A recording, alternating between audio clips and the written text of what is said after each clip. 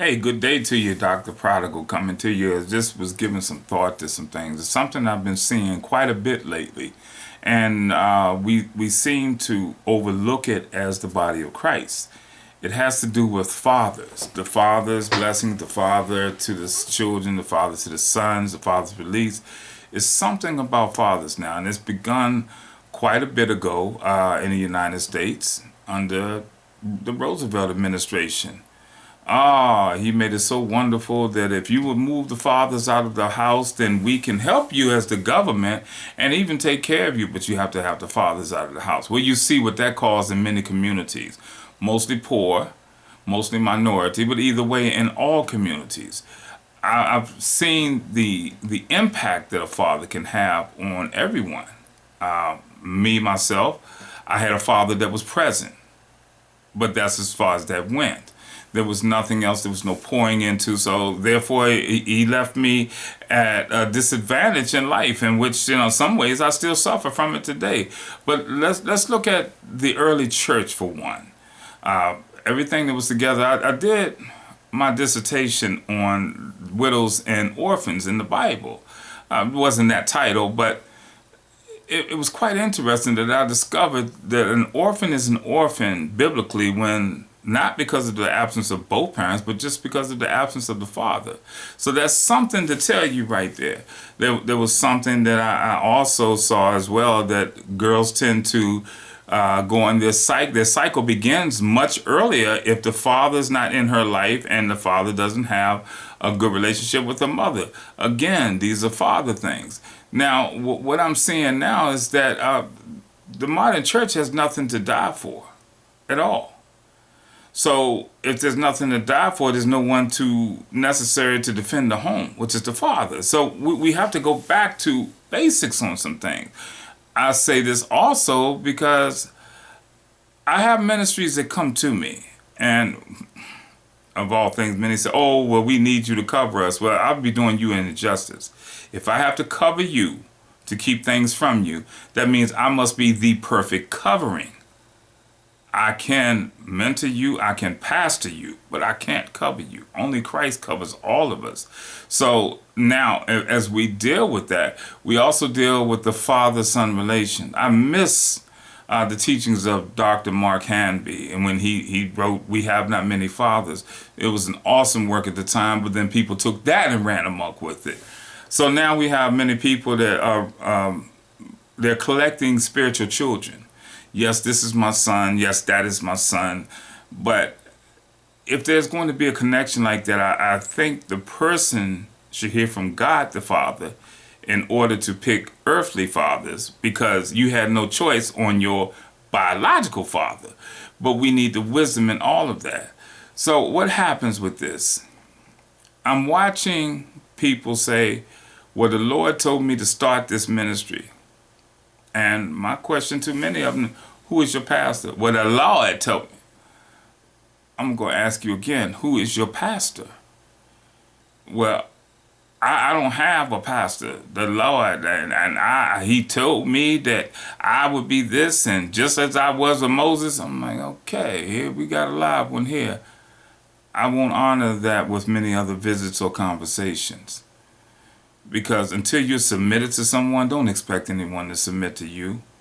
At best, you're going to hoodwink a whole bunch of people and still end up in hell for doing it, and probably taking some of them with you. So I'm disturbed about it, because when a church is planted, I am not saying that no one heard from the Lord or anything else, but I don't recall anybody yet that just popped up one day that were born Christian. They walked out in the field like Moses and they saw a burning bush, and then they went and started a huge church. That just doesn't go, that I see. But everyone is to be submitted and taught by someone, is to be corrected by someone. Me, I have a couple in my life. Each one of them for a different aspect of my life. But yes, they do connect, and I do continuously stay in touch with them.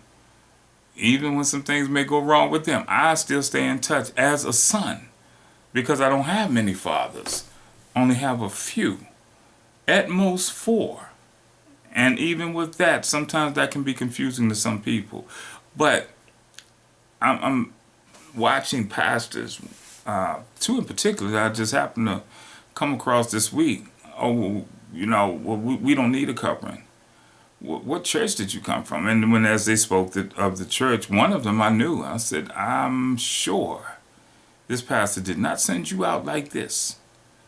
Well, the Lord told me to go out on my own because I was like, the Lord does not disrupt the order that He set forth. Now, He may correct that order while you're there and then send you, but you don't leave to make a correction inside the house. It'd be the same as me locking myself out of the house, but I wanted to dust the furniture or sweep the floor inside the house with no access.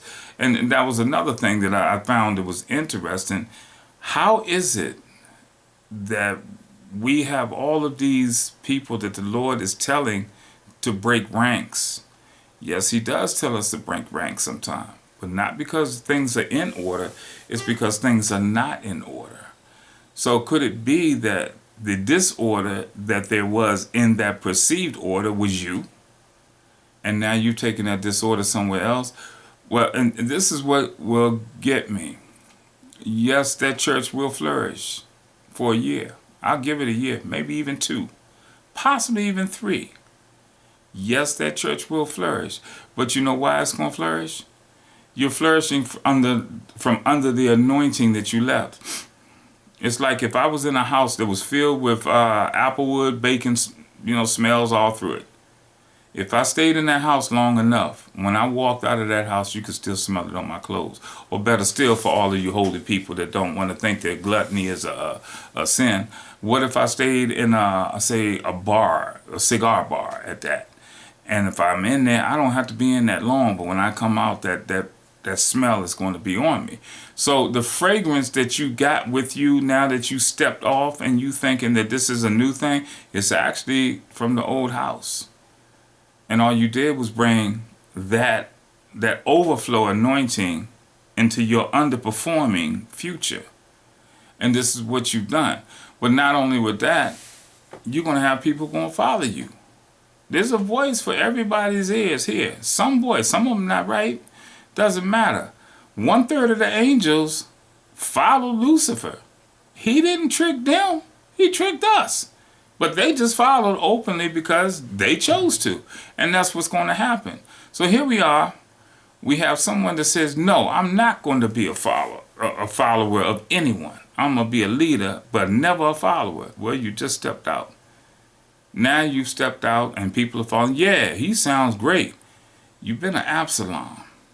That's a hard thing. I happen to be reading about that. That's a hard thing as a father, knowing your son is getting ready to go out and do something great, knowing that your son is trying to usurp everything that God has told you to do. But take heed, fathers, because even though it may cost him his life, it may not.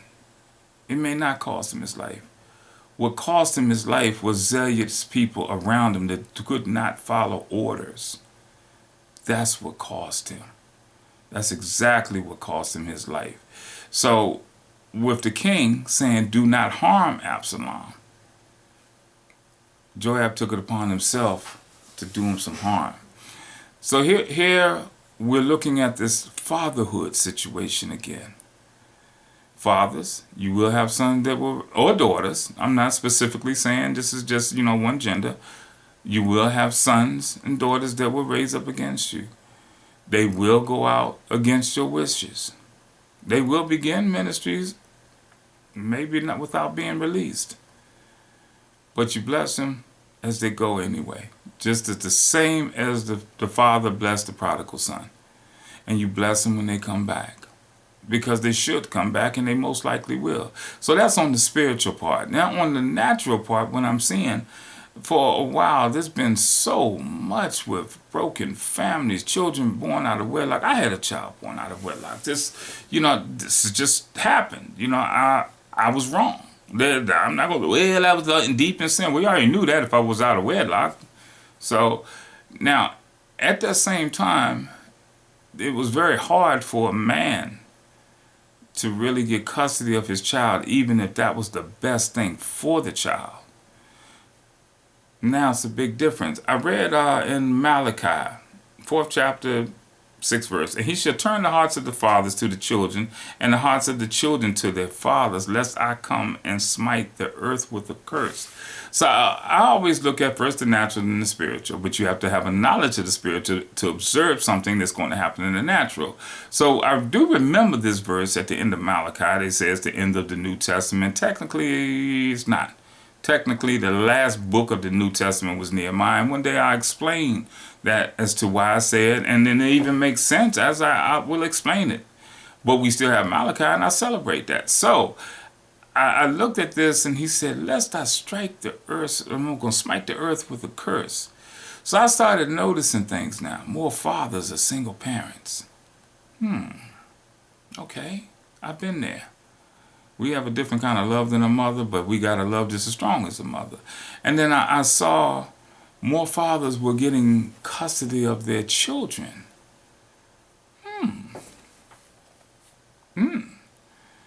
Fathers. These are the same fathers that they removed from the home under Roosevelt. These are the same fathers that people say, no, they don't know how to raise children. They don't want to raise children. It's just not in their makeup and all of this. These are fathers. One young man, and I admire him greatly, he's ready to go down for the long haul of a fight to save his daughter's life. And oh my gosh, I just applaud that. Then there's those who want to be in the children's life. But according to all the different laws, you have the custody laws, and then you have the support laws, and then you have the visitation laws. So with all of these, too often fathers gave up. And now fathers are having their hearts turned back to the children. And the children's hearts are turning back to the fathers. Shouldn't that be in the church as well?